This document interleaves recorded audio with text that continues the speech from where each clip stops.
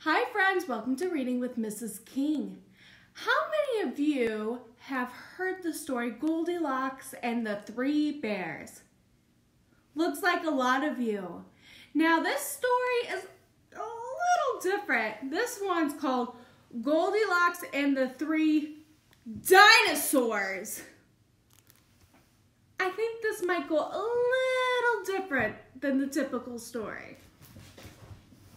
Once upon a time, there were three dinosaurs. Papa Dinosaur, Mama Dinosaur, and some other dinosaur who happened to be visiting from Norway.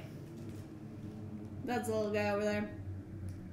Home sweet dinosaur home. One day, for no particular reason, the three dinosaurs made up their beds, positioned their chairs just so, and cooked 3 bowls of delicious chocolate pudding at varying temperatures. How conspicuous.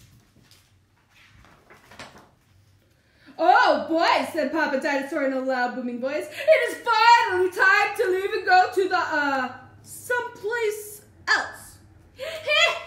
"Yes," continued Mama Dinosaur, "I sure hope no innocent little succulent child happens by our unlocked home while we are, someplace else." What's going on here? Ha ha ha ha ha! Then the other dinosaur made a loud noise that sounded like a big evil laugh, but was probably just a polite Norwegian expression. The three dinosaurs went someplace else, and then definitely not hiding in the woods waiting for the unsuspecting kid to come. Ooh, they're being sneaky. This page is kind of hard to see. It's kind of going through the green screen.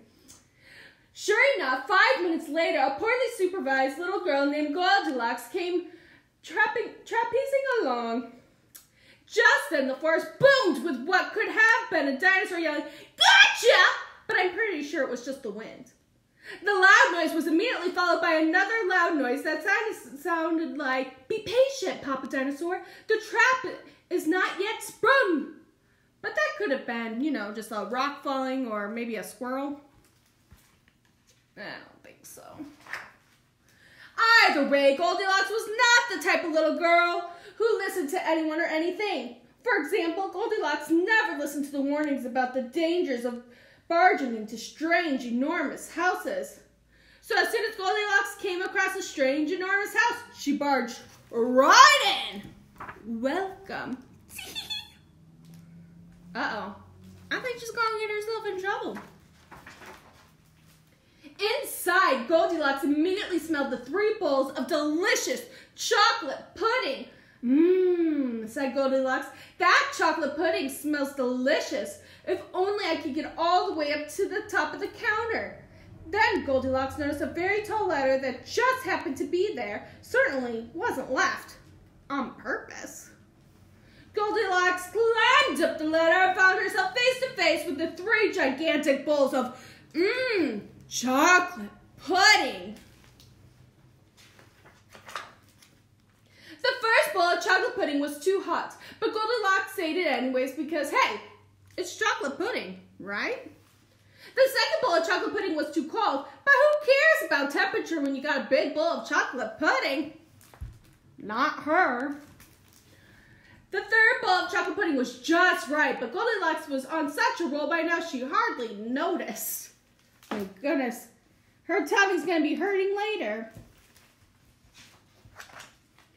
Soon Goldilocks was stuffed like one of those delicious chocolate-filled little girl bonbons, which, by the way, are totally not my favorite things in the whole wide world for hungry dinosaurs.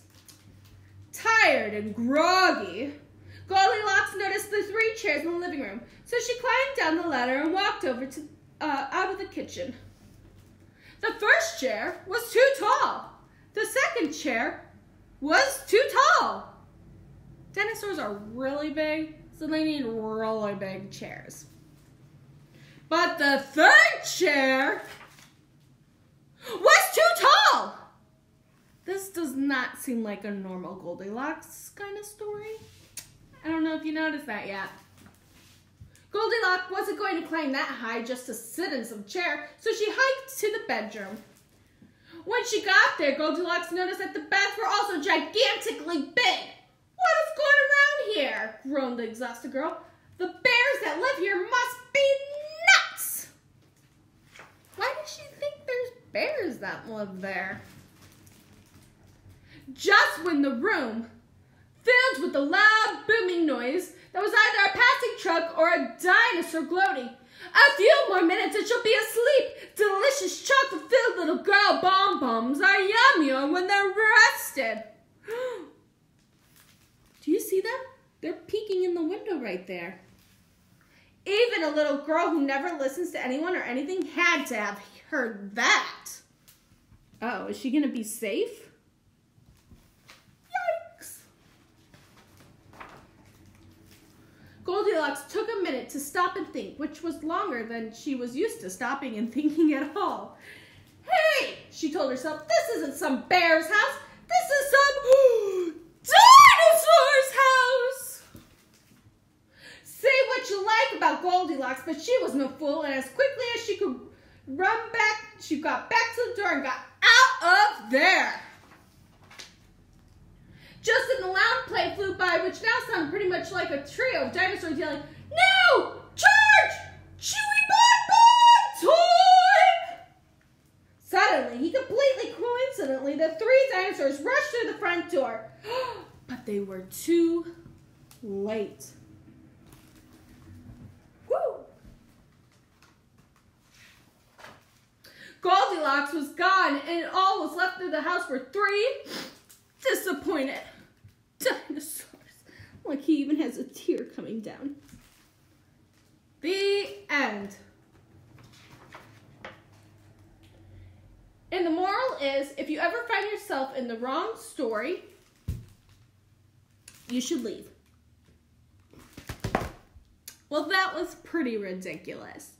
If you were to write a story, kind of like Goldilocks and the Three Bears, what would be the three things you would pick? Mo Willems picked Goldilocks and the Three Dinosaurs. I think, personally, I would do Goldilocks and the Three Dogs. Kind of like my house. What would you pick? Well, I hope you have an absolutely spectacular day. I miss you lots. Keep reading, friends. Bye.